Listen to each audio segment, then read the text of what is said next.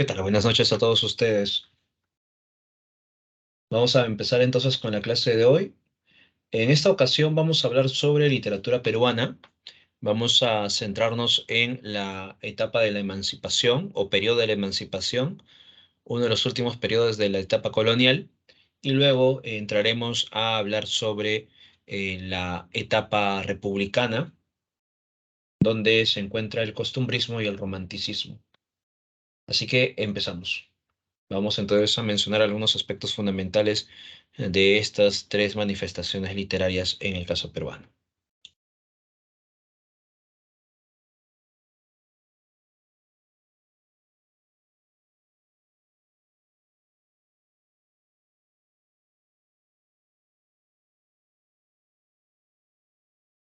Cuando hablamos de la literatura de la colonia, estamos mencionando diferentes etapas, ¿no? Entre ellas, o diferentes periodos. Entre ellas está el periodo de la conquista, el periodo del barroco, el periodo neoclásico y también encontramos el periodo de la emancipación, ¿ya?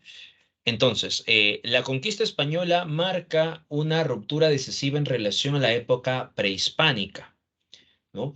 Vamos a encontrar, por tanto, ¿no?, que la literatura prehispánica era una literatura donde se mostraba una visión autóctona, estaba vinculado, ¿no?, al entendimiento del mundo andino, pero con la llegada de los españoles se quiebra este pensamiento andino y se inserta una producción literaria vinculado a estas expresiones europeas, ¿no? Entonces, desde entonces, el Perú será un país marcado por una interrelación conflictiva de la herencia cultural andina y de la cultura occidental introducida por España. Así que vamos a encontrar ese enfrentamiento, ¿no?, entre la herencia cultural andina y la cultura occidental que va a ser insertada por los españoles. Esta literatura de la época de la colonia o la época colonial ya va a estar presente en o se va a dividir en diferentes periodos. El periodo de la conquista, que corresponde al siglo XVI, donde está también la influencia del Renacimiento. El periodo que se desarrolla una influencia del barroco, siglo XVII, el neoclasicismo o la ilustración, que es el siglo XVIII. Y el periodo de la emancipación, que corresponde fines del siglo XVIII a inicios del siglo XIX. Hoy vamos a hablar sobre este periodo, el periodo de la emancipación, que corresponde a fines del XVIII y principios del XIX. Ahora, dentro de este periodo vamos a encontrar algunas características importantes, ¿no? La emancipación se está desarrollando en un contexto de crisis del sistema colonial, ¿no? Reformas administrativas contra los criollos y rebelión de Túpac Amaru II. Hay un gobierno de José Fernando de Bascal y Sousa, virrey del Perú. Vamos a tener este contexto para observar cómo de pronto la idea emancipadora va a desarrollarse con mayor fuerza, ¿no? Esto es producto de la influencia neoclásica de la Ilustración, también los sucesos que están desarrollándose en gran parte del continente americano. La literatura de la emancipación, por tanto, busca influenciar a los lectores de esa época para que puedan darse cuenta de lo que está ocurriendo, ¿no? Y el enfrentamiento que ha de generarse o desarrollarse dentro de esta propuesta, ¿ya? Entonces hay una propaganda clandestina. ¿Por qué una propaganda clandestina? Porque recuerden que eh, serán, ¿no?, los autores aquellos que enfrenten a España. Y por ello, al inicio tendrán que utilizar seudónimos, tendrán que utilizar eh, el anonimato, ¿no?, para poder desarrollar su propuesta política e ideológica. Porque si de pronto firmaban, ¿no?, la corona podía atraparlos y matarlos, ¿no?, por traición. Por eso que al inicio vamos a encontrar una propaganda clandestina, ¿no? Luego, cuando ya esta idea empieza a crecer, va a haber una difusión a través de la prensa, ¿no? Revistas, panfletos, himnos, afiches. y se va a divulgar con mayor fuerza. Los autores de la época de la emancipación o del periodo de la emancipación, ellos van a tener una influencia neoclásica, ¿ya? Estos autores, por tanto, van a tener esa concepción. Recuerden todos esos detalles, ¿ya?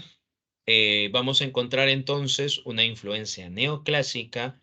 eh, las temáticas que se están desarrollando dentro de la emancipación está dentro de una concepción política, homenajes patrióticos, países que se están hermanando a través de el paisaje americano, se está buscando enfrentar a los españoles y por ello también está la presencia del indio. Ahora, la temática del indio hay que tener cuidado aquí porque la temática del indio se está mostrando como un decorativo, ¿no?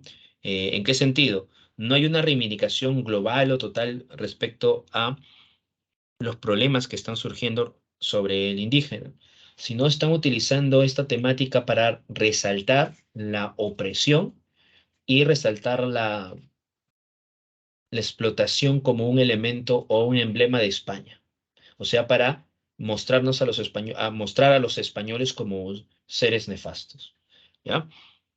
Y por ello no hay una reivindicación del indio, sino el indio va a ser como un tema decorativo dentro de la emancipación. Por eso que no se puede hablar sobre el indigenismo en este punto, ¿no? Entonces, dentro de las temáticas políticas están los homenajes patrióticos, ¿no? El paisaje americano, la temática del indio, ¿no? Para mostrar al español como el opresor. Estos homenajes patrióticos muestran temáticas como, por ejemplo, la libertad, himnos respecto a la libertad, poemas, ¿no? Sobre la libertad, fábulas en torno a los triunfos militares, sobre los héroes, entre otros. ¿Ya? Así que vamos a encontrar que la emancipación va a ser una propuesta política e ideológica.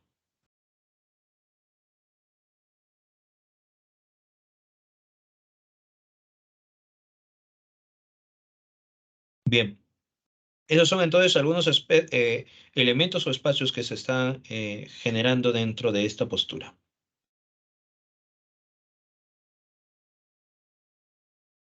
Dentro de los autores de la emancipación, quien destaca va a ser Mariano Melgar. ¿Y por qué Mariano Melgar destaca por encima de otros autores?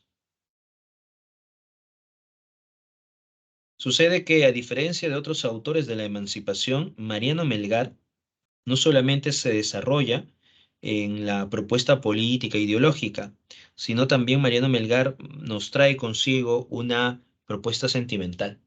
Así que su producción literaria no se centra solamente en estos elementos políticos, ideológicos del tiempo que se está viviendo, sino también trae consigo elementos sentimentales como el yarabí.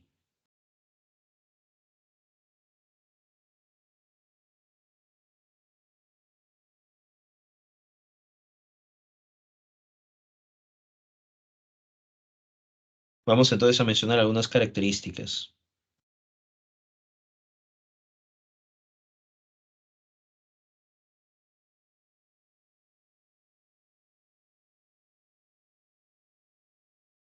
Mariano Melgar tiene una base neoclásica, tiene una formación humanista, ha leído los clásicos grecolatinos, va a traducir algunas obras clásicas representativas importantes, ¿no? Por ejemplo, vamos a encontrar que Mariano Melgar lee Remedios de Amor de Ovidio y va a traducir como El arte de olvidar. Va a usar la métrica regular y por ello va a ser importante este desarrollo de el yarabí.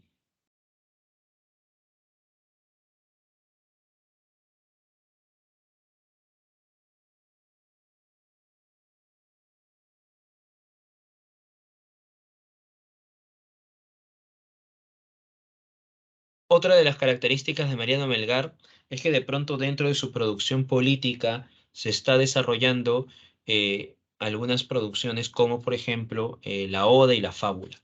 Recuerda que Mariano Melgar va a ser uno de los autores que no solamente se queda en el plano político ideológico, sino también muestra elementos sentimentales e inserta, por ejemplo, el Harawi, que era una producción andina, lo reviste con herramientas españoles y se genera el yarabí, ¿no?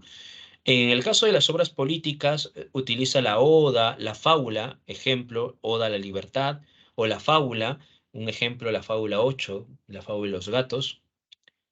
Lo que busca Mariano Melgar es influenciar al lector, para que así el lector pueda darse cuenta de la gesta emancipadora, ¿no? El proceso que se está viviendo en este periodo. Eso es lo que se desarrolla, lo que se busca dentro de esta postura.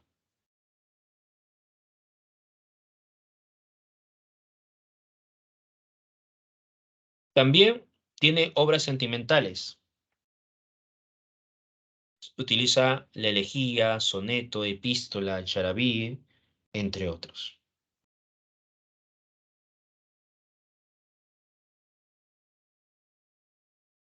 Su temática va a ser amorosa y desgarradora. Recuerda que dentro de estas obras sentimentales destacará el yarabí. Mariano Melgar es considerado precursor del romanticismo en el Perú. Esto lo va a denominar Mariátegui dentro de su obra de ensayo. Además, también es considerado Mariano Melgar como el primer momento peruano de nuestra literatura.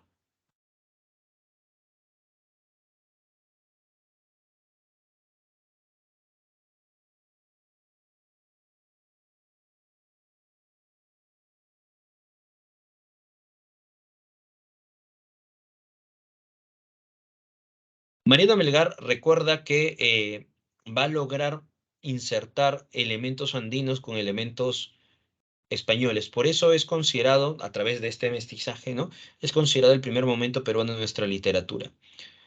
Una de sus obras más representativas va a ser el Yarabí, y en el caso del Yarabí se muestra un canto de nostalgia. Recuerda que el Yarabí va a ser una poesía mestiza, porque tiene la influencia del Jarawi, una composición andina, popular, y la métrica española, que está vinculado a estos elementos neoclásicos. Por eso que va a formalizar estos elementos de el Jarawi andino, produciéndose el Yarabí.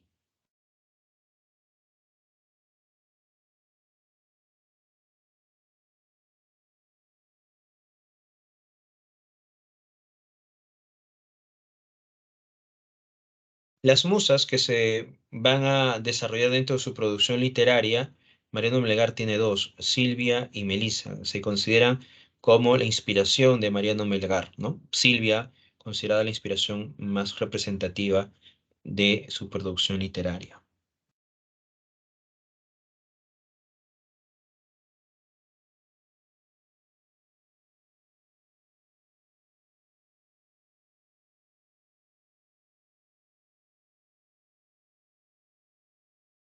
Ejemplo de la producción política e ideológica de Mariano Melgar, la Fábula 8.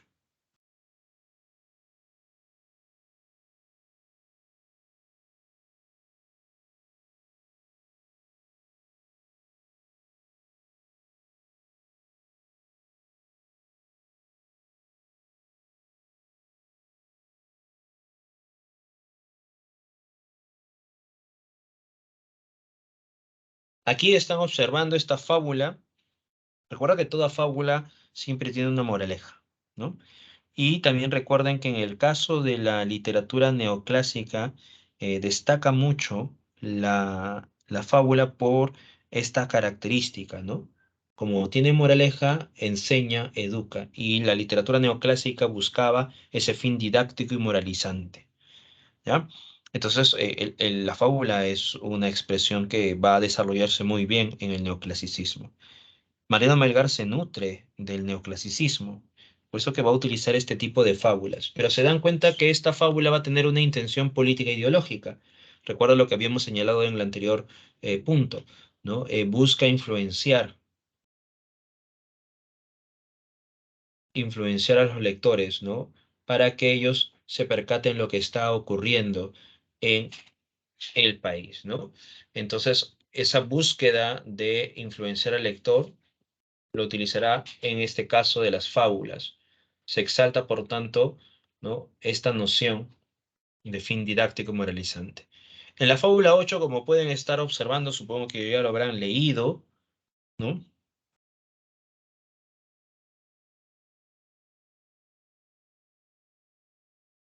Se trata de esta historia, ¿no? Dice, una gata parió varios gatitos, uno blanco, uno negro, otro manchado. Luego que ellos quedaron huerfanitos, los perseguía un perro endemoniado, y para dar el golpe a su enemigo, no había más remedio que juntarse y que la dulce unión fuese su abrigo. Van pues a unirse, y al tratarse sobre quién de ellos deba ser cabeza, maullando el blanco dijo, a mí me toca por mi blancura indicio de nobleza. El negro contestó, calla la boca, el más diestro y valiente mandar debe. Malo, dijo el manchado, si esto dura, temo que todo el diablo se lo lleve. Unión inmanda el digno. Esto es locura, gritó el blanco. Y el negro le replica. Se dividen por fin en dos partidos, la ira y la turbación se multiplican, se arañan, gritan, y a sus alaridos acude mi buen perro y los destroza. Si a los gatos al fin no parecemos paisanos, esperamos otra cosa, tendremos libertad, ya lo veremos. Estos últimos versos nos muestran este plano de la moraleja, ¿no? En la fábula.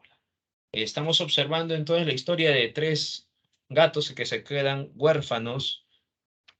Aparece un perro y este perro buscará la manera de matarlos, ¿no? Por eso que los tres gatos tendrán que unirse para enfrentar al perro. Sin embargo, algo sucede.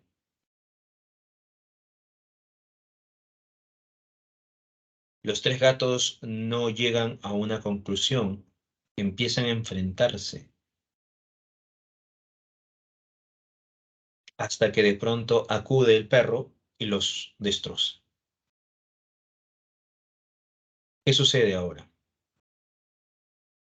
¿Qué es lo que nos está diciendo el autor?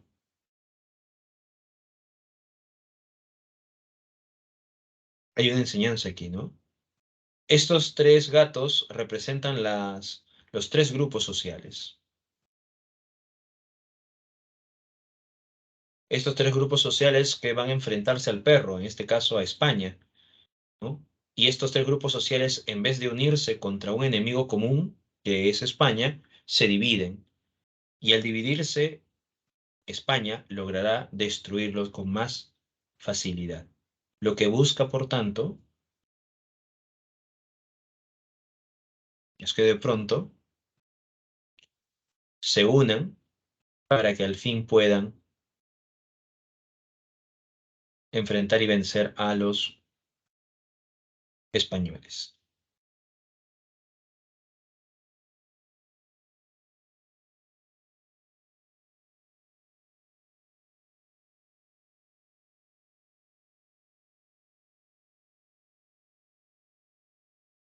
Muy bien, eso sería entonces estos aspectos fundamentales, ¿no? De esta noción de la fábula.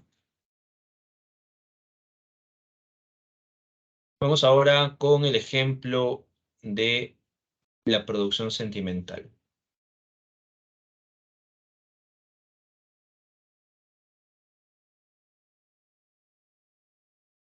Aquí tenemos el ejemplo El Yarabí primero.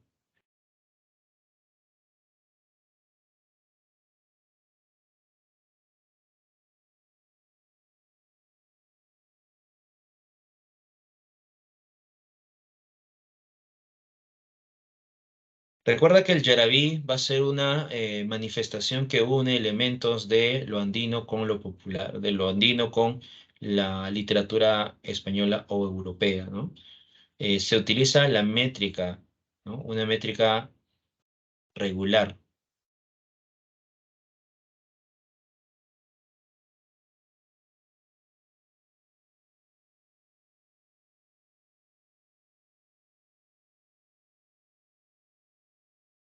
Y están observando esta métrica regular en este ejemplo, ¿no?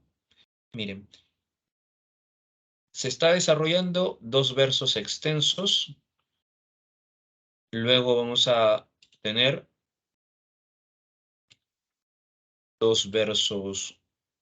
cuatro versos, perdón, cortos, ¿no? Cuatro versos cortos, cuatro versos cortos.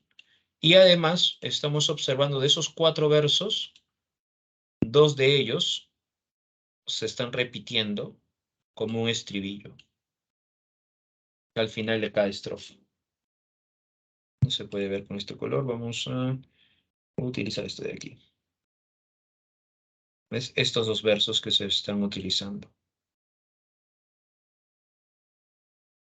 Entonces ahí estamos dándonos cuenta que el aspecto formal del yarabí, este es en el caso del yarabí número uno. Los otros yarabí van a tener otro aspecto formal, pero que van a ser constante en cada estrofa, ¿no? Ya se están repitiendo entonces estos componentes, ¿no? Dos versos extensos, cuatro versos cortos. Los dos últimos versos funcionan como una especie de estribillo, ¿no? Y te das cuenta también lo que se desarrolla aquí, ¿no? Ingrata, ¿no? Trata, ¿no? Este sentido métrico, ¿no? Olvidar, amar,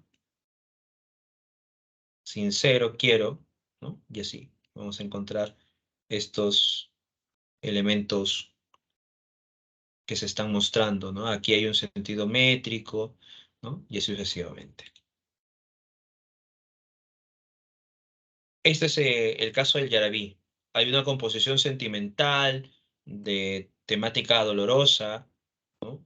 Pero que la métrica formal es neoclásico.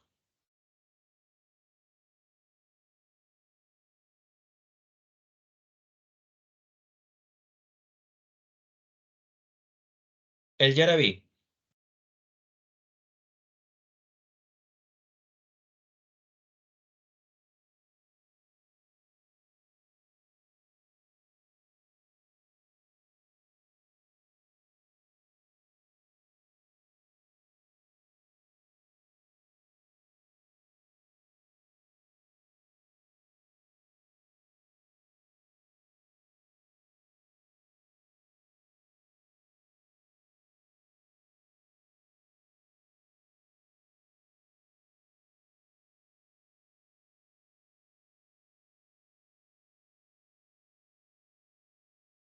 El Yarabí dice, proviene del Harawi, poesía que expresa el amor doliente, un canto de nostalgia, de congoja, de lamento por el amor contrariado.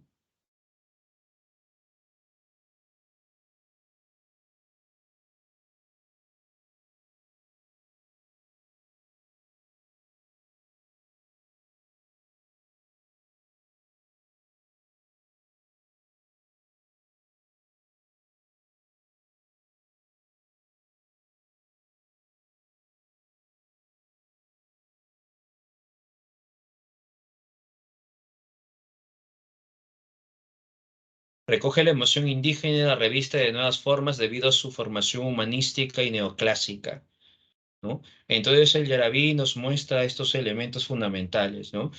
Hay una expresión emotiva vinculado a la expresión del Harawi, un elemento andino, pero también lo reviste con nuevas formas, en este caso, con elementos neoclásicos, humanistas. Asimila y culmina todo un proceso que dará forma definitiva al Yarabí.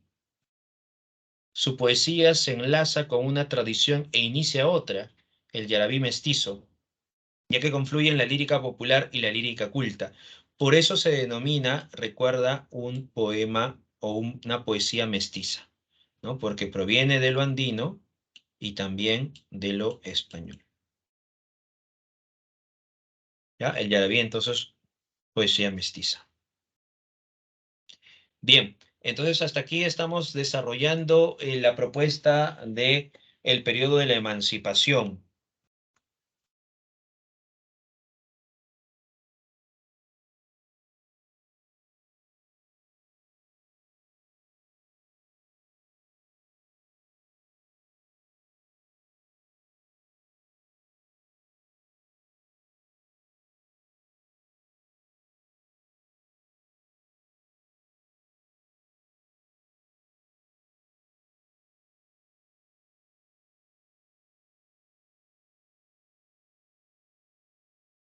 Vamos ahora a la etapa republicana.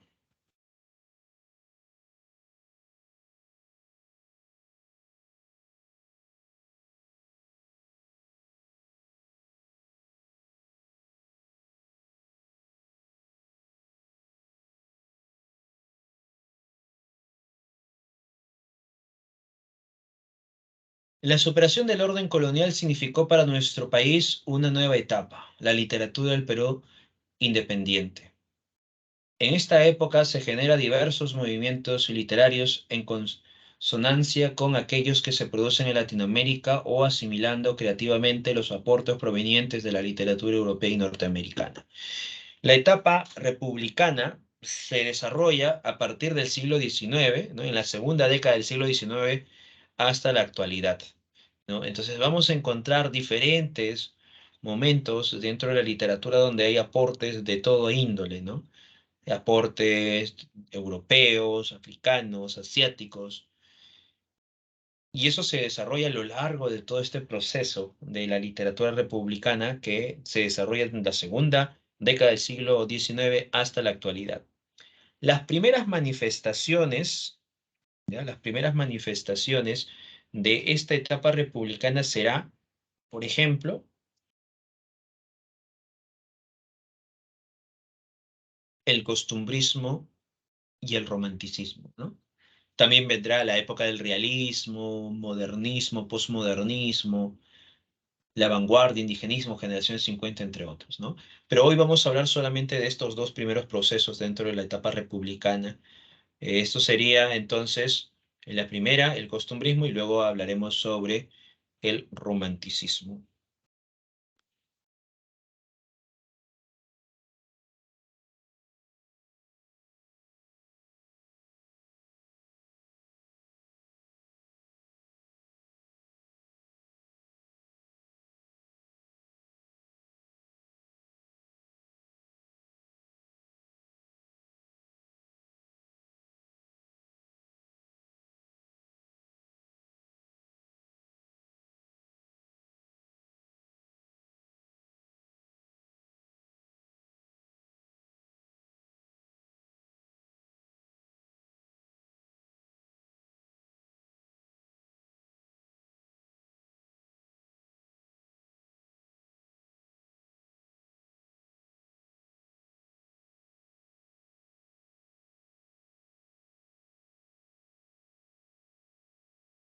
El costumbrismo se va a desarrollar en este contexto. Nace con la República en un periodo de desordenado e inestable. Presentan tanto las frustraciones de la ascendente clase media como de la declinante clase alta. Se describe una sociedad en transición, en aprendizaje, en formación. Esta literatura de la época costumbrista nos va a mostrar una búsqueda de una identidad, ya que se ha roto con España y estas clases sociales buscan entonces saber cuál es la esencia de esta nueva nación. Entonces vamos a encontrar algunas características fundamentales dentro de esta producción literaria. Por ejemplo, vamos a encontrar que el costumbrismo va a mostrarnos constantemente una realidad inmediata. Dice, preocupación por la realidad inmediata. Todo lo que se está desarrollando en esta época, ¿no? El enfrentamiento entre, por ejemplo, los civilistas y el militarismo, ¿no? Se va a mostrar dentro de la literatura. Así que recuerden esto, no va a tener un tono realista la literatura del costumbrismo.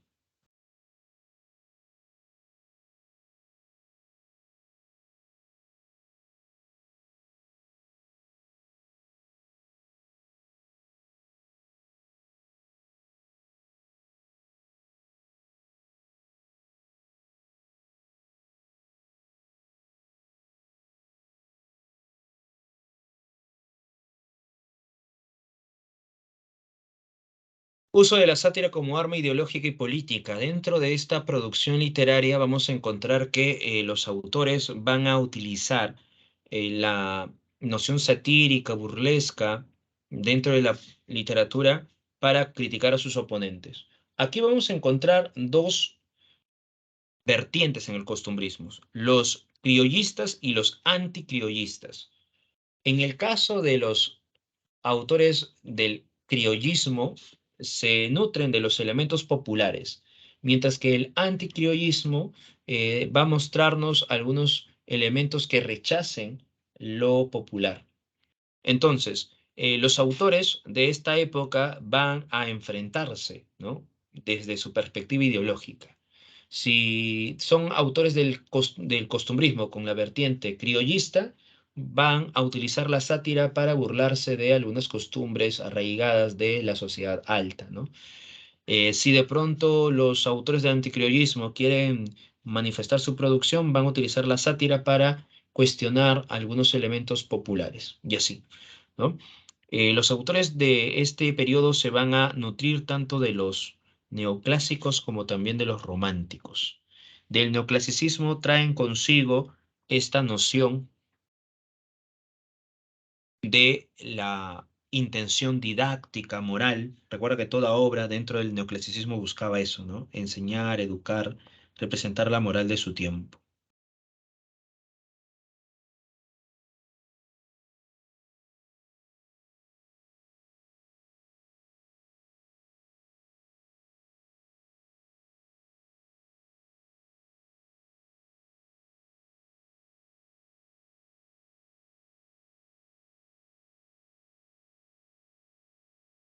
Otro punto también importante es esta influencia del romanticismo. Por ejemplo, tenemos que los autores costumbristas buscan una expresión nacional y eso es una característica que está plasmada en el romanticismo español. También hay un elemento festivo, ¿no? Que hace recordar esa influencia romántica de España. Nos estamos dando cuenta que el costumbrismo, por más que es una propuesta que busca mostrarnos una identidad eh, en el plano nacional, tiene como modelo lo español.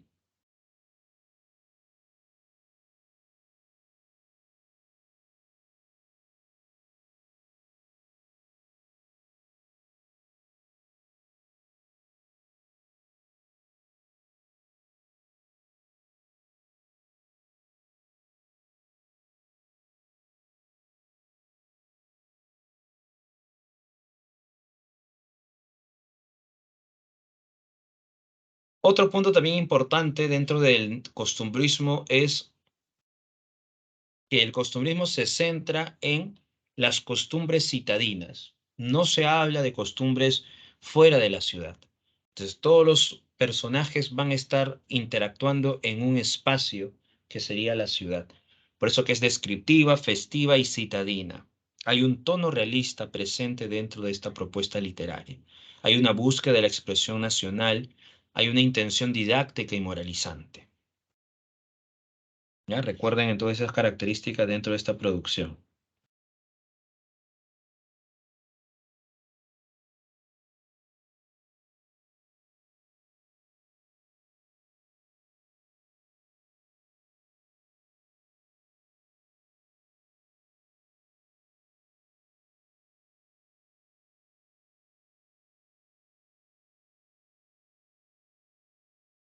Vamos ahora a hablar un poco de el criollismo. Recuerda que el criollismo le da mayor importancia a los elementos populares.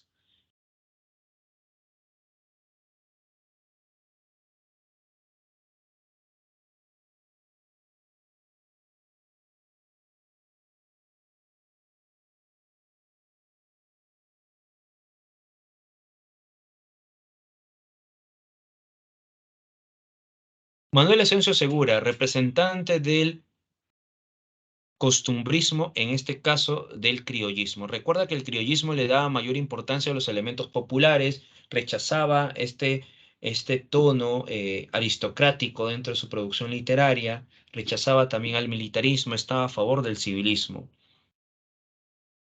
No eran conservadores, ¿no? Manuel Asensio Segura nace en Lima, siguió la carrera militar, peleó en la batalla de Ayacucho en las filas realistas, editó y dirigió los periódicos La Bolsa y El Cometa. Su rival político y literario fue Felipe Pardo de Aliaga, que es representante del anticriollismo. Manuel Asensio Segura va a ser considerado padre del teatro nacional, debido a su abundante producción dramática, sus personajes que son típicos criollos, pertenecientes a la clase media y a los estratos populares. Va a utilizar con frecuencia modismos y términos coloquiales y populares típicos de la Lima de la primera mitad del siglo XIX. ¿Ya? Entonces aquí vamos a encontrar esta producción literaria de Manuel Ascenso Segura, donde nos muestra los típicos personajes criollos de la sociedad citadina, ¿no? Entre ellos está presente, por ejemplo, la obra Ñacatita.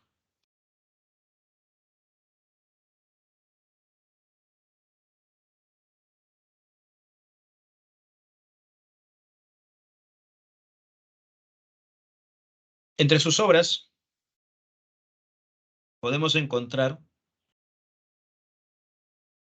en el caso de la poesía satírica, a las muchachas, la Muertada. En el teatro tenemos, por ejemplo, El Sargento Canuto, una de sus obras más representativas, Lances de Amancaes, El Cacharpari, entre otros, ¿no? Recuerda que, aparte del Sargento Canuto, una comedia que ridiculiza la bruconada de un militar inculto y fanfarrón, o sea, hay una crítica al militarismo, también se desarrolla otra obra teatral muy interesante que es Ñagatita.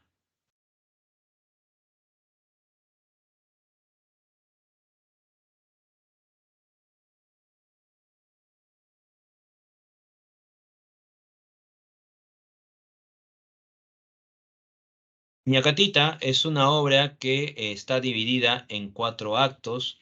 Es una comedia, recuerda, pertenece al género dramático, especie de comedia.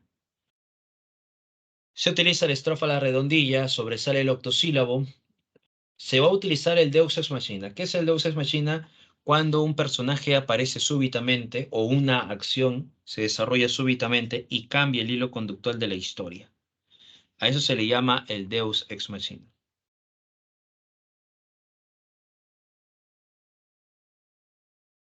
Utiliza modismos criollos, refranes, dichos populares, frases. Se va a criticar el ser y el parecer dentro de esta obra. Y el tema central va a ser el matrimonio concertado.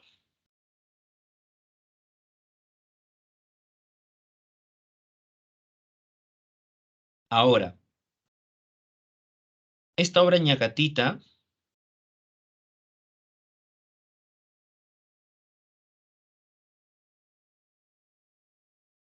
¿qué sucede? Esta obra va a tener alguna influencia dentro de la literatura española, ¿no? Por ejemplo, dos obras van a nutrir a Ñacatita. La Celestina, una obra de la época prerrenacentista, el autor de La Celestina es Fernando de Rojas, y otra obra llamada El sí de las niñas de Leandro Fernández de Moratín, que es una obra neoclásica. Con relación a la Celestina, ahí vamos a observar un poco la influencia que se tiene respecto a la representación del personaje de Ñacatita, ¿no? La vieja chismosa, alcahueta. Y en el caso del Sí de las Niñas de Leandro Fernández Moratín, de la época del neoclasicismo, hay una cierta similitud, ¿no? Con la temática y con los personajes de representación. Por ejemplo, en el Sí de las Niñas, el tema central es el matrimonio concertado, donde aquí también se desarrolla. En el Sí de las Niñas, la madre exige a su hija casarse con un viejo adinerado. En este caso, en Ñacatita, también se observa, ¿no?, que la madre, en este caso es doña Rufina, está obligando a Juliana a casarse con una persona supuestamente adinerada, que es mayor, que es don Alejo. En la obra del Sí de las Niñas, vamos a encontrar, por ejemplo, que hay un joven que se ha enamorado de la chica que está a punto de ser casada con una persona mayor, ¿no?, y que quiere impedir la boda, ¿no? En Ñacatita también está este joven, ¿no?, que es en el caso de Manuel, que busca, ¿no?, liberar a Juliana de este compromiso. Entonces son algunos aspectos que se observan, que se repiten, ¿no?, tanto en Ñacatita como el Sí de las Niñas. Hay también diferencias, ¿no? Por ejemplo, en el Sí de las Niñas se representa a los jóvenes como seres sumisos, que no pueden enfrentar a sus mayores o que de pronto tienen que aceptar todo lo que eh, dicen los mayores, ¿no? En el caso de Ñacatita, por ejemplo, Juliana se rebela contra su madre, no quiere aceptar este compromiso.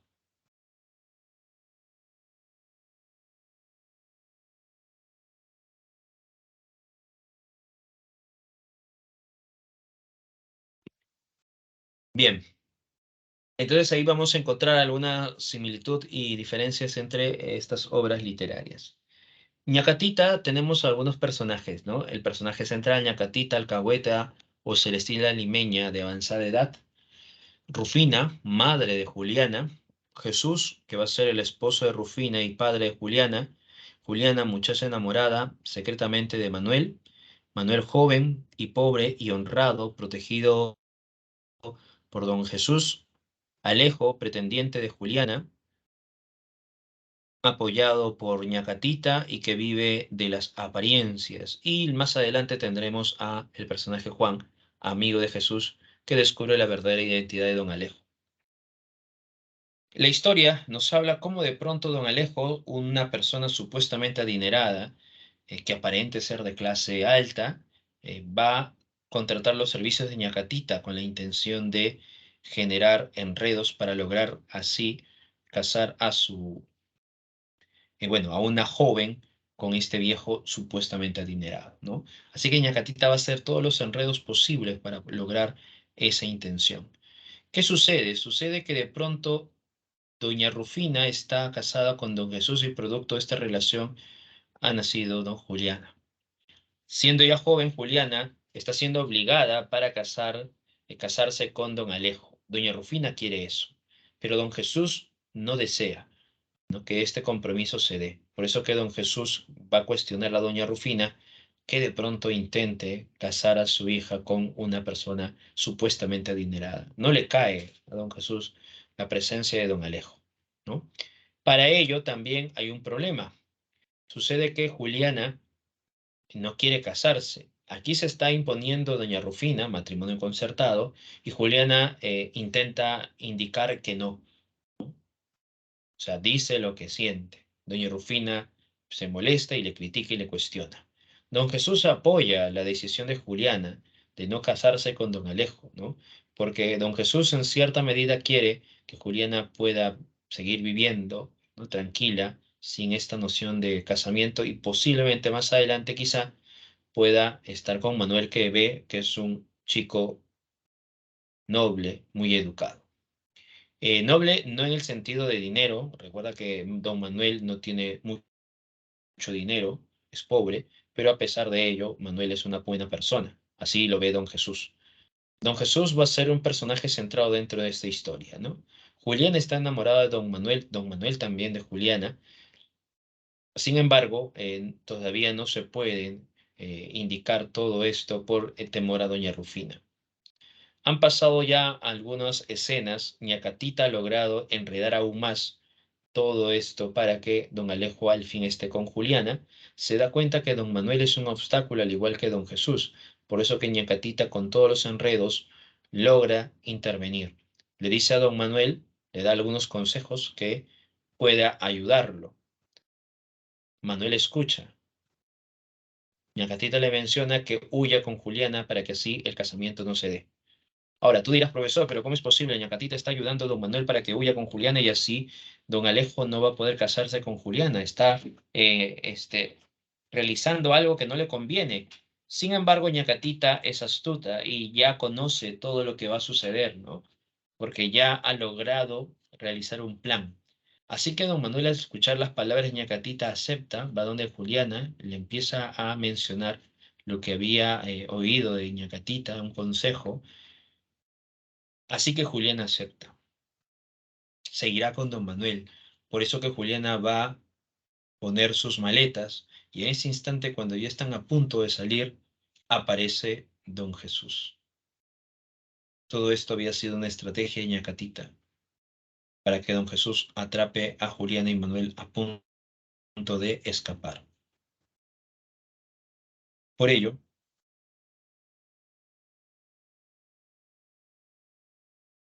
don Manuel será expulsado de su casa, ¿no? No será bienvenido. Don Jesús se molesta al observar esto. Juliana está castigada, doña Rufina y Juliana hablan, don Jesús le menciona a Juliana lo que ha cometido, lo que debería de cometer, ¿no? La locura que iba a realizar. Doña Rufina le dice a don Jesús, es por ello que tenemos que casar a Juliana con don Alejo. Ella se ha rebelado, es rebelde, no quiere aceptar nada. Y mira lo que iba a hacer, el escándalo que iba a generar.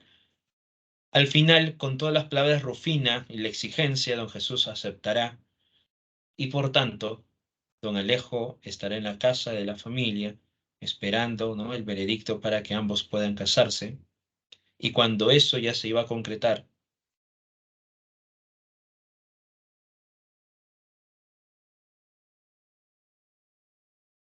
sucede algo, ¿no? Cuando ya todo está a punto de concretarse, aparece don Juan.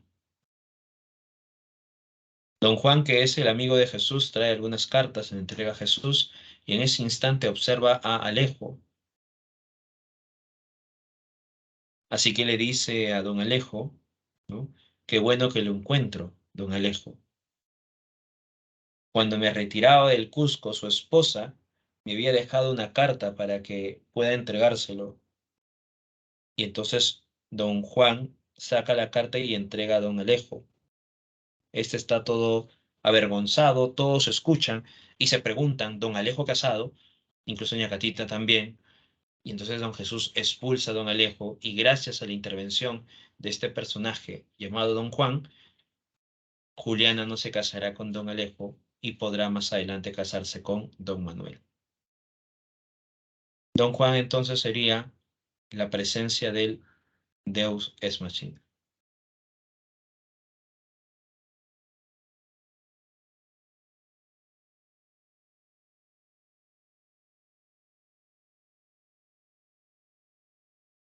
Esa sería entonces la historia de Ñacatita. Recuerda que Don Juan representa el Deus ex machina. Se presenta como tema central el matrimonio concertado.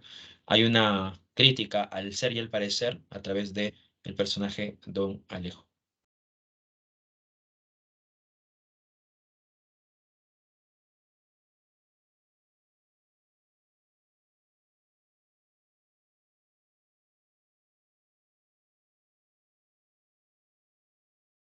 Vamos ahora al romanticismo.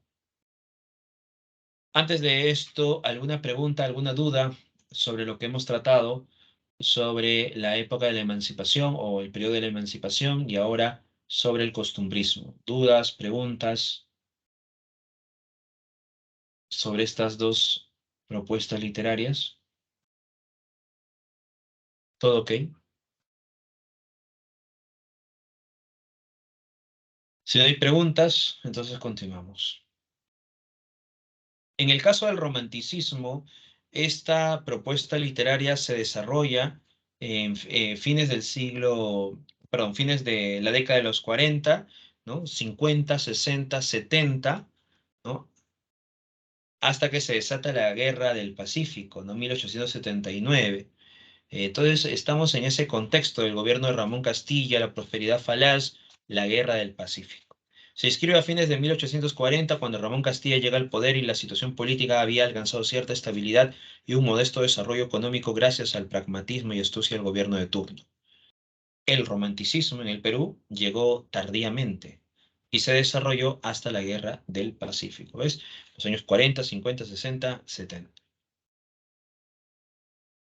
Esta visión romántica también va a ser un reflejo al modelo español.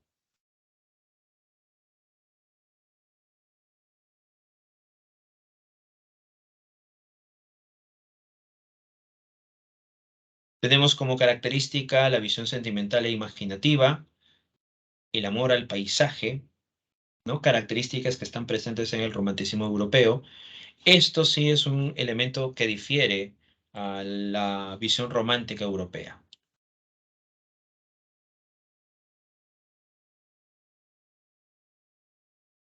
Y eso es la imitación al modelo español.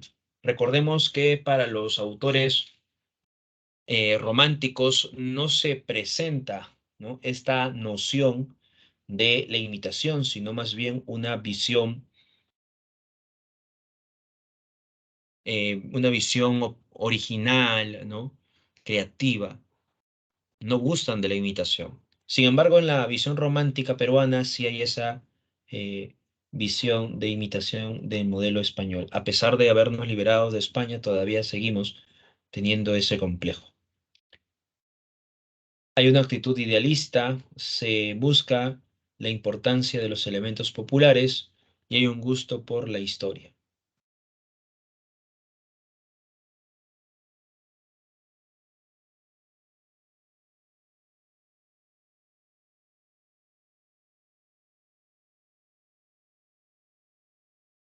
Son entonces algunas características de esta visión del romanticismo en el Perú. Recuerda que es una propuesta de forma tardía. Ahora, ¿qué autores destacan dentro del romanticismo? Por ejemplo, tenemos a Carlos Augusto Salaverry. Dentro de su producción literaria está el poemario Cartas a un ángel, donde destaca el poema Acuérdate de mí.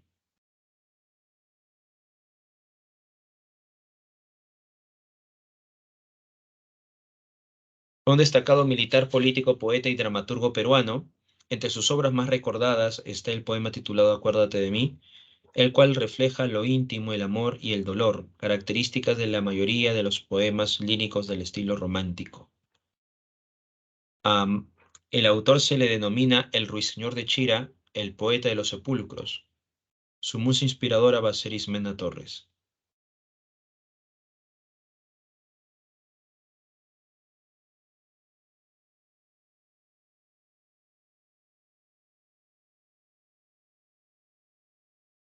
Recuerda que Salaverry destaca tanto en el teatro como también en la poesía.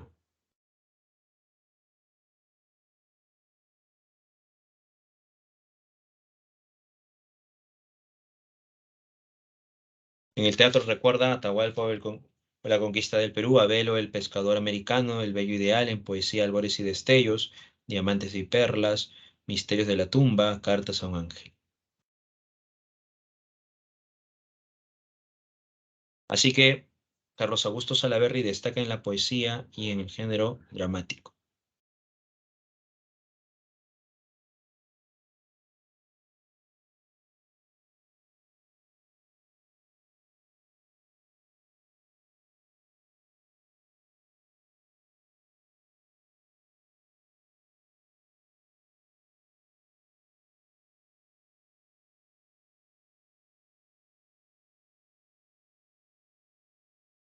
Aquí tienes un pequeño fragmento del poema Acuérdate de mí para que puedan observar esta característica del romanticismo presente en esta obra. Cartas a un ángel es un canto de dolor a la ausencia, el pasado feliz, el sentimiento amoroso, el sentido del tiempo. Dentro de este poemario destaca el poema Acuérdate de mí. ¿No? Hemos puesto un pequeño fragmento que es casi el final del poema y estás observando cómo la voz poética va mostrando su dolor, su pesar.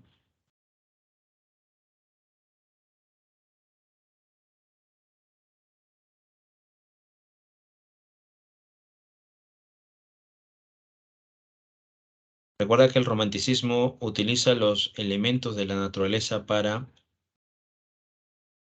vincularlo con sus emociones. Y eso es lo que se está mostrando aquí en este fragmento de Acuérdate de mí.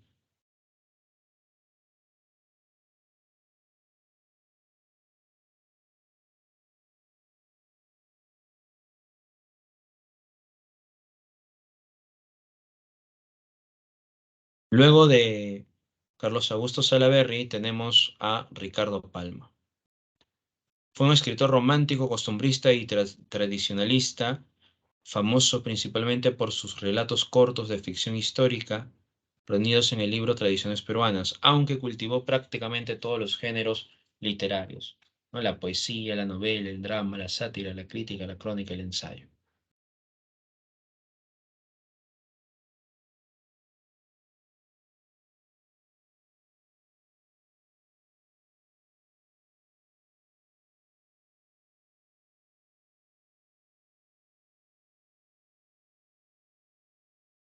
A Ricardo Palma lo llamaron el bibliotecario mendigo, el patriarca de las letras peruanas.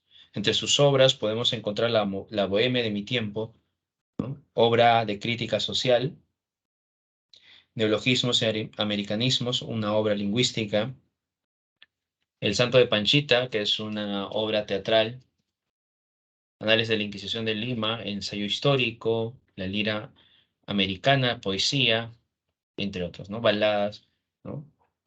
O pasionarias, también es una obra poética.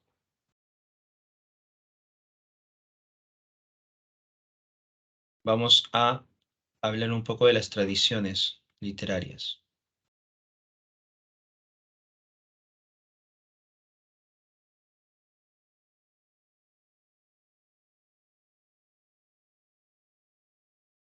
Las tradiciones pueden dividirse en tres partes. La primera, por ejemplo, el narrador presenta a la historia y el ambiente, ¿no?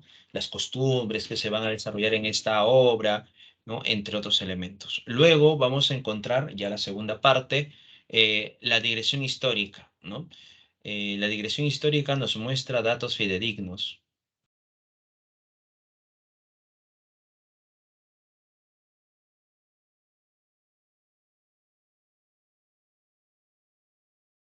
Así que la digresión histórica o parrafio histórico muestra algunos datos fidedignos que el lector, cuando lo contrasta con la realidad, se va a dar cuenta que efectivamente sí sucedieron. Y por tanto el lector va a creer que todo lo que viene a continuación es parte de esta realidad, ¿no? Pero recuerda que lo que hace la digresión histórica es fingir.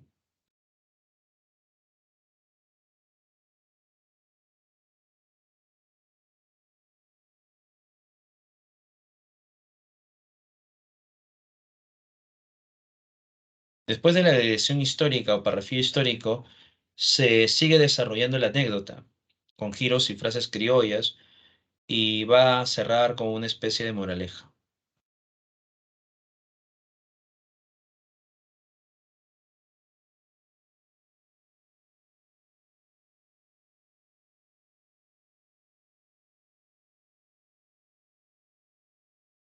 Esas son las partes de una tradición, entonces, ¿no? La presentación de la historia del ambiente, la digresión histórica que se inserta, algunos parafíos históricos para darle un sentido de verosimilitud, el desarrollo de la anécdota hasta el cierre de esta especie de moraleja.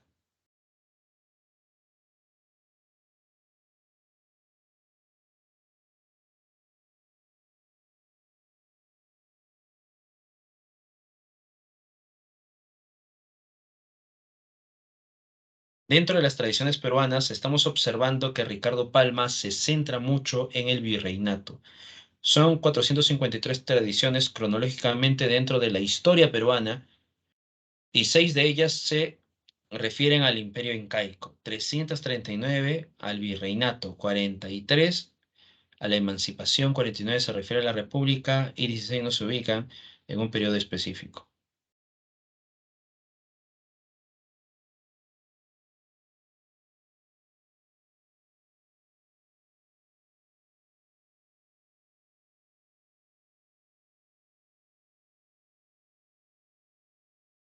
Entonces estamos observando que se ha idealizado mucho el virreinato, ¿no? Las otras presentan 43 a la emancipación, 49 a la república, 16 no se ubican en un periodo establecido, ¿no? Así que las tradiciones se nutren de los criollistas y por eso que va a mostrarnos un lenguaje más coloquial, un lenguaje vinculado a los elementos populares, uso de un lenguaje popular repleto de refranes, proverbios, canciones, coplas, entre otros. Va a combinar leyenda romántica.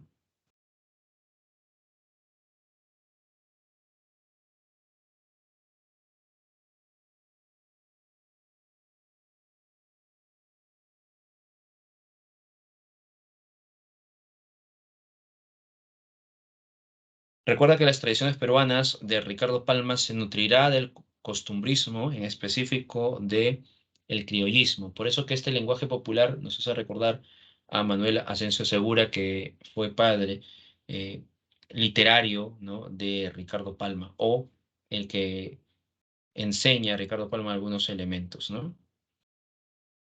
Recuerda que Ricardo Palma va a ser el discípulo de este autor del criollismo. Va a combinar leyenda romántica, la cual dota de un fondo histórico al relato, y el cuadro costumbrista.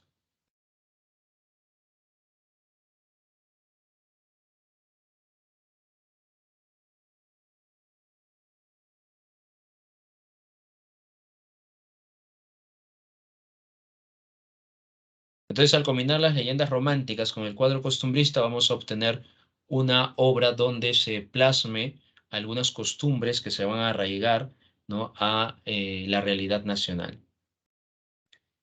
Se mueve entre lo histórico y lo ficcional, y esto gracias también a esta segunda parte, ¿no?, el parrafillo histórico, donde en ocasiones vamos a encontrar esta dualidad, ¿no?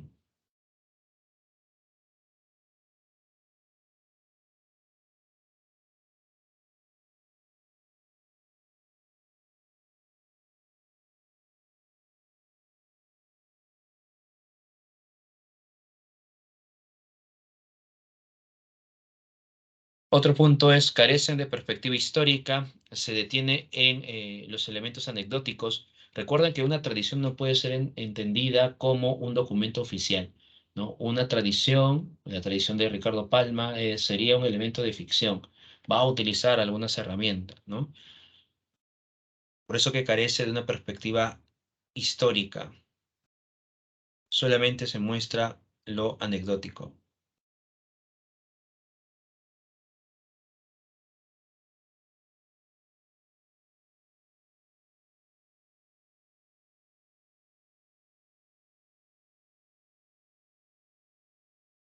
Tiene un tono oral e informal porque en muchas ocasiones vamos a encontrar que el narrador dialoga con el lector. Y al ser relatos cortos, los personajes van a ser diversos. No vamos a encontrar personajes de todo tipo, de toda clase social. Entonces estamos observando que dentro del romanticismo destacan dos grandes autores. Uno de ellos es Carlos Augusto Salaverry, que destaca tanto en poesía como en el teatro, y el otro autor es Ricardo Palma, que destaca en el género épico, ¿no?, la novela.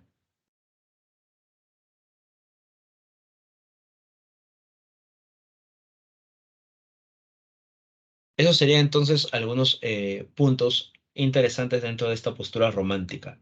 Recuerda que cuando viene ya la época del realismo, se cuestionará, se criticará estos aspectos del romanticismo como también del costumbrismo.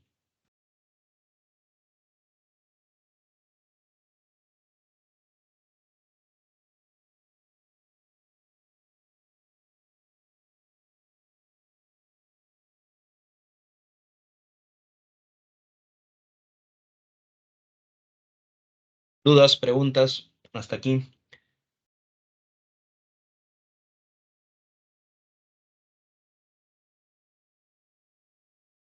¿Todo ok?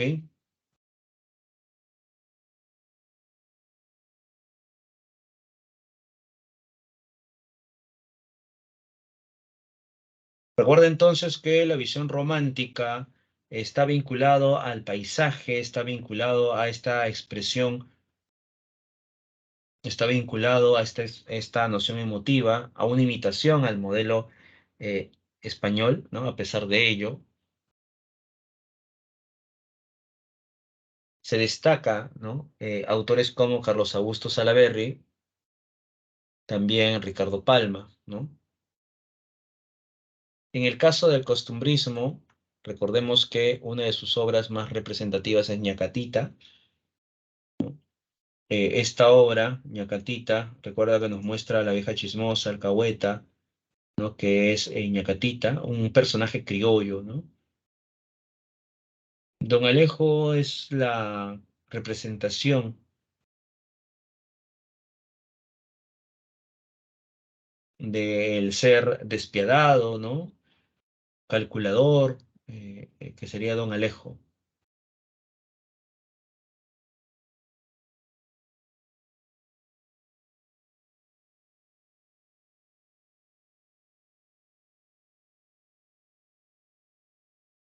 Vemos también la presencia de este, en el caso del costumbrismo, ¿no? La presencia de la influencia española. Por eso que cuando se desarrolla, en el caso de el realismo en el Perú, se va a criticar constantemente, ¿ya? Se critica constantemente esta imitación al modelo español. Y va a ser en el caso del realismo que se muestra, ¿no? Esta lucha, ¿no? Contra la visión colonial.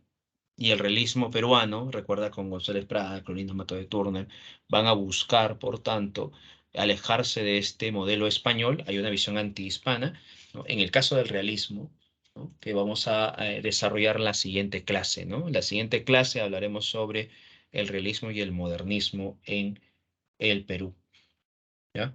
Y bueno, en el caso de la emancipación, no te olvides este tono político, ideológico, y en el caso de los yarabíes, este tono nostálgico, ¿no? Que se desarrolla.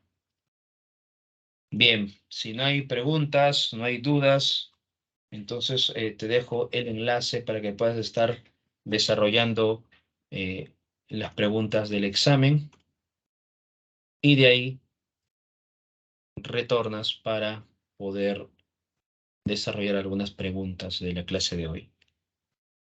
Son tres preguntas relacionadas a la clase de hoy, preguntas relacionadas al romanticismo y al costumbrismo, como también el periodo de la emancipación de la literatura peruana. Así que puedes estar dando ya en los exámenes.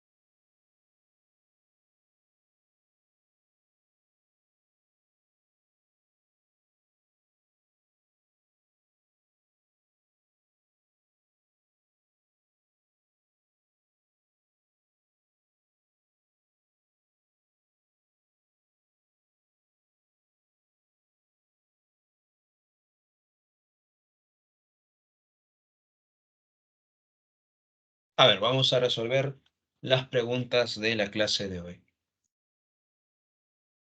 En el caso de la pregunta número uno, ¿cuál debería ser la respuesta?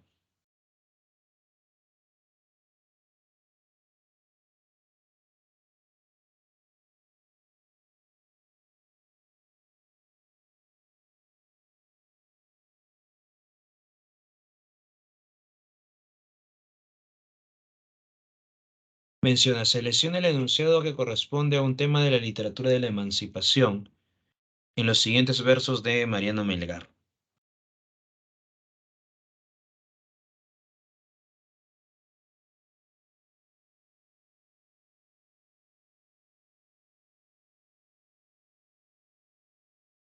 Por fin, libre y seguro puedo cantar, se rompió el duro freno, descubriré mi seno, y con lenguaje puro mostraré la verdad que en él se anida, mi libertad civil bien entendida, ¿no? Acá nos está indicando, por fin, ¿no? Libre y seguro puedo cantar. Quiere decir que antes no podía cantar libre y seguro porque de pronto estaba oprimido por una fuerza, ¿no? Ahora está hablando de su libertad civil bien entendida. Entonces estamos ante una obra que está exaltando la libertad, ¿no? A ver, dice, denuncia de la explotación al indígena por parte de España. No, no hay alguna relación con el elemento de la explotación indígena. Reivindica el paisaje hispanoamericano a través del Yarabí, tampoco, no, no se muestra eso. Presenta el fin de la opresión, ¿ya? Y la exaltación de la libertad, ¿no? Eso sí, ¿no? Presenta el fin de la opresión y la exaltación de la libertad. La respuesta, la uno, la C.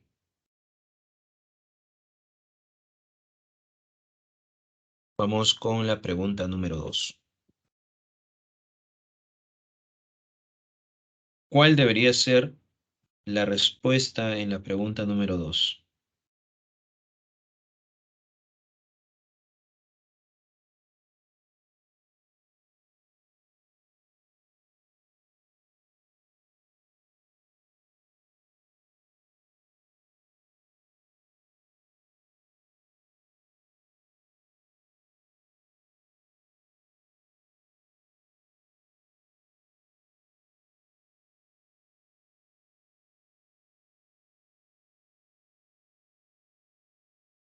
¿Cuál debería ser la respuesta?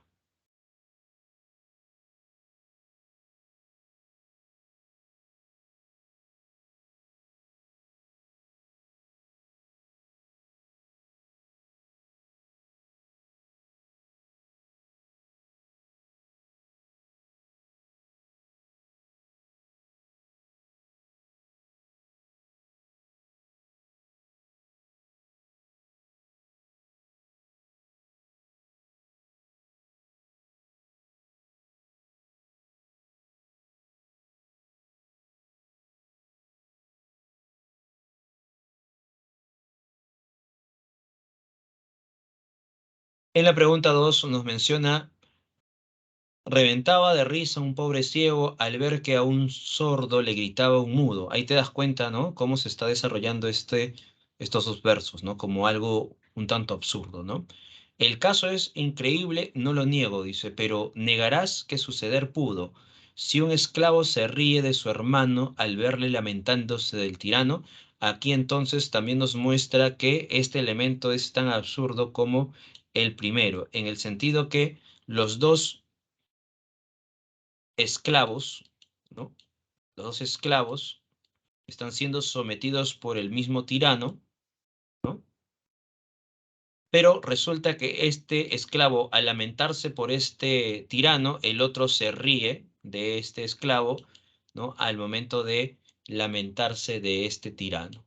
En vez de mostrar una cierta unión entre estos dos contra el tirano, uno se está riendo porque el otro está criticando y cuestionando al otro, ¿no?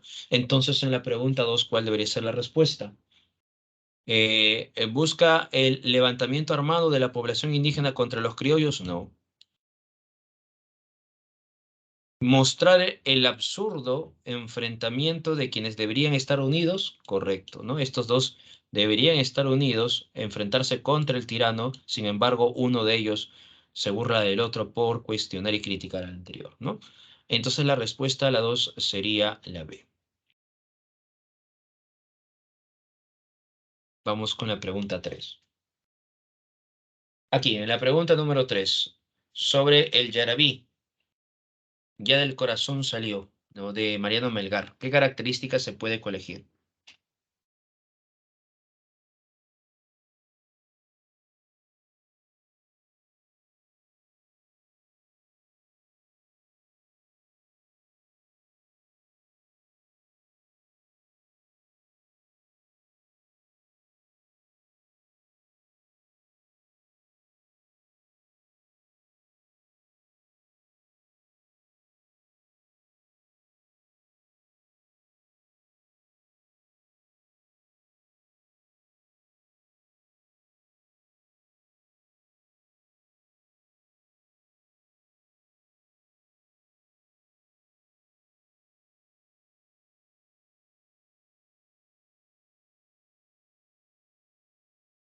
¿Cuál sería la respuesta en la pregunta 3?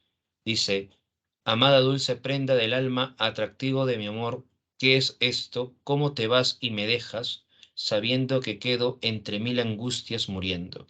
Aquí se observa la ausencia, la tristeza, la desolación, características esenciales de la temática del Yarabí.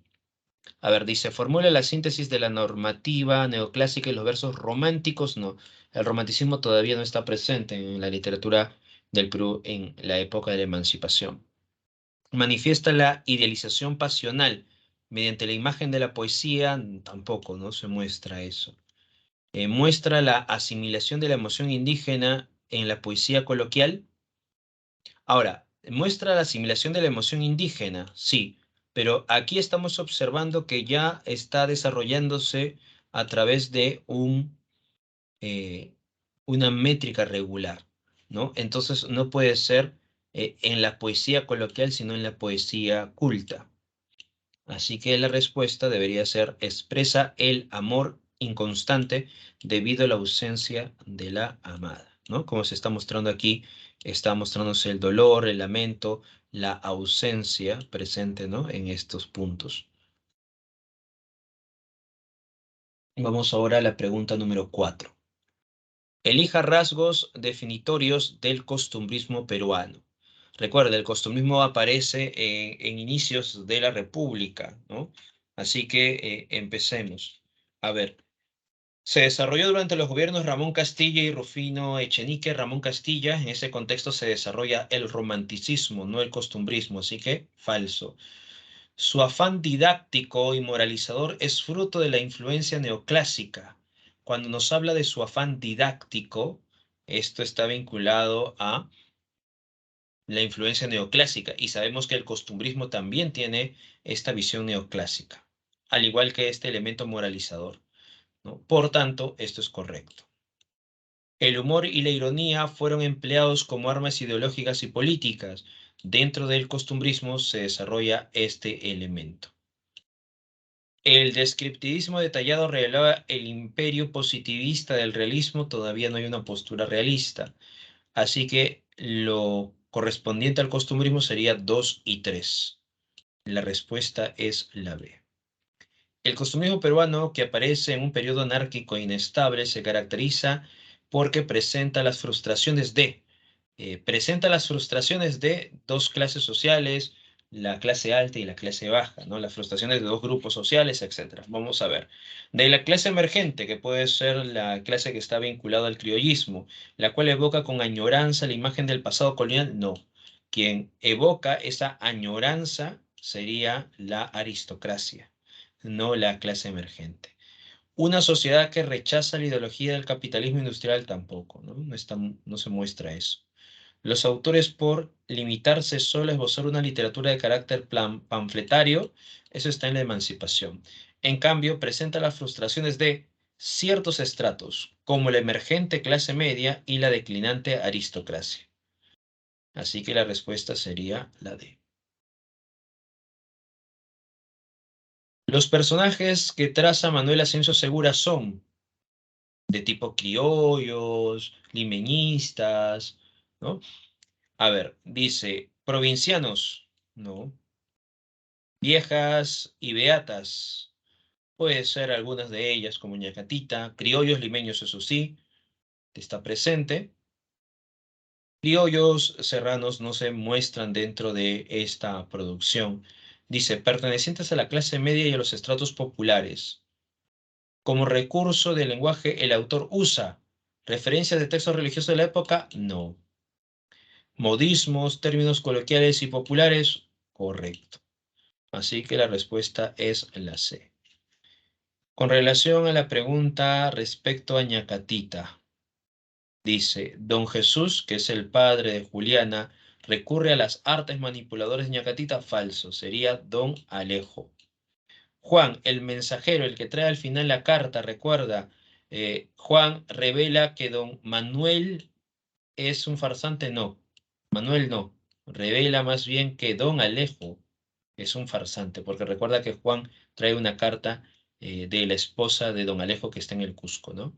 La madre autoritaria, que sería doña Rufina, pretende casar a su hija Juliana con don Alejo, correcto. Don Alejo es un hombre casado, su mujer está en el Cusco, correcto, al final sabemos eso, ¿no? Así que la respuesta sería 3 y 4. En la pregunta número 8, Juliana menciona esto, ¿no? Yo nada temo, Manuel, si no me caso contigo, con nadie me casaré. En balde opondrá mi madre a mi elección su poder, porque nunca logrará darme esposo su merced. Yo la venero, la aprecio, mas no al extremo de hacer la desgracia de mi vida por mostrarle timidez. Aquí Juliana, ¿qué está diciendo? Está indicando que va a oponerse a lo que su madre desea. Y su madre, recuerda, lo que desea es que ella se case con don Alejo. Pero Juliana está mencionando que eso no va a suceder, ¿no? Bajo, ¿no? Su propia decisión. Así que en la número 8 lo que se muestra es una actitud de rebeldía contra la imposición de su madre. La respuesta sería, por tanto, la actitud rebelde que asume Juliana en contra de su propia madre. En la pregunta número 9, marque la alternativa que completa correctamente el siguiente enunciado sobre el romanticismo peruano. El romanticismo llega a Perú a mediados del siglo XIX en un contexto de, a ver, el romanticismo se desarrolla en el gobierno de Ramón Castilla, en este contexto de prosperidad falaz, y finaliza en la Guerra del Pacífico, ¿no? ¿En qué contexto entonces se está desarrollando? Estabilidad, orden político, plena democracia. A ver, una prosperidad económica, sí, una estabilidad de orden político, estabilidad social, en plena democracia, y se caracterizó por examinar los problemas del país. Este es realismo, no es romanticismo, así que no puede ser. Su originalidad en el campo del ensayo tampoco, no se da, no hay originalidad en el romanticismo. Ser tardío, sí, e imitar el modelo español, correcto. Recuerda que en el romanticismo peruano hay una imitación, no hay originalidad. Y dice un tono didáctico y moralizante, esto es una visión neoclásica, no romántica. Por tanto, la respuesta sería la C. Así que en la 9 la respuesta es la C. Y por último, en la 10 estamos observando que en este fragmento de las tradiciones peruanas se está utilizando un lenguaje coloquial, gracioso, burlesco, ¿no? Daba pábulo a la chismografía porque todas las noches los espléndidos salones de su casa eran teatro de las más escandalosas orgías. Dejé de visitar la sociedad de buen tono que hasta entonces frecuentara y diose perdidamente al trato de mujerzuelas y gente de mal vivir.